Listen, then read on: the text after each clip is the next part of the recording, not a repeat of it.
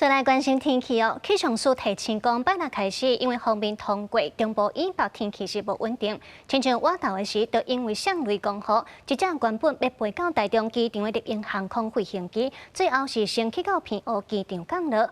另外，前几日台铁北回线因为土石流无法度行，今仔日早起总算是恢复双向通车。 旅客你看我，我看你，唔知要安怎？原定要对金门飞往台中，因为大雨，台中机场一度关起来。班机日早起11:50飞到平湖。感觉蛮差的，因为这边看起来也没有人接待，都没有。对。立明航空讲，基于安全的考虑，转港平湖机场完成保有停驶。等天气一个好，请旅客重新登机飞往台中，因为不可抗力因素造成延误，感觉真失礼。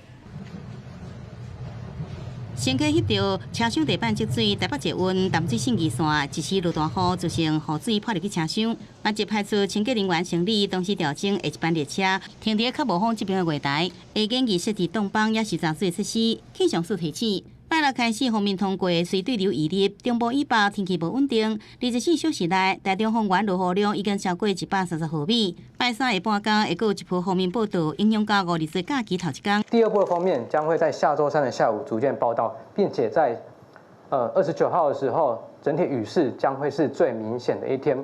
不过庆幸的事情是，这波锋面是会移动的，它是有移动的性质，并不会滞留在台湾太久。 另外，伫5月18甲20，分别受到落大雨影响，登去的台铁北回线、和宁到崇德中间，8日透早恢复双向正常通车。不过，经过崇德和宁中间，风区段慢慢啊开，尤其是大清水桥路段，因为评估是具风险，降速到20公里，慢慢啊行。就先出二者目的，就司机人看到，他一定有办法停住，就等于会停在桥梁之外啦。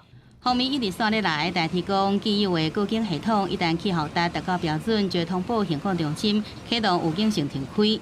记者综合报道。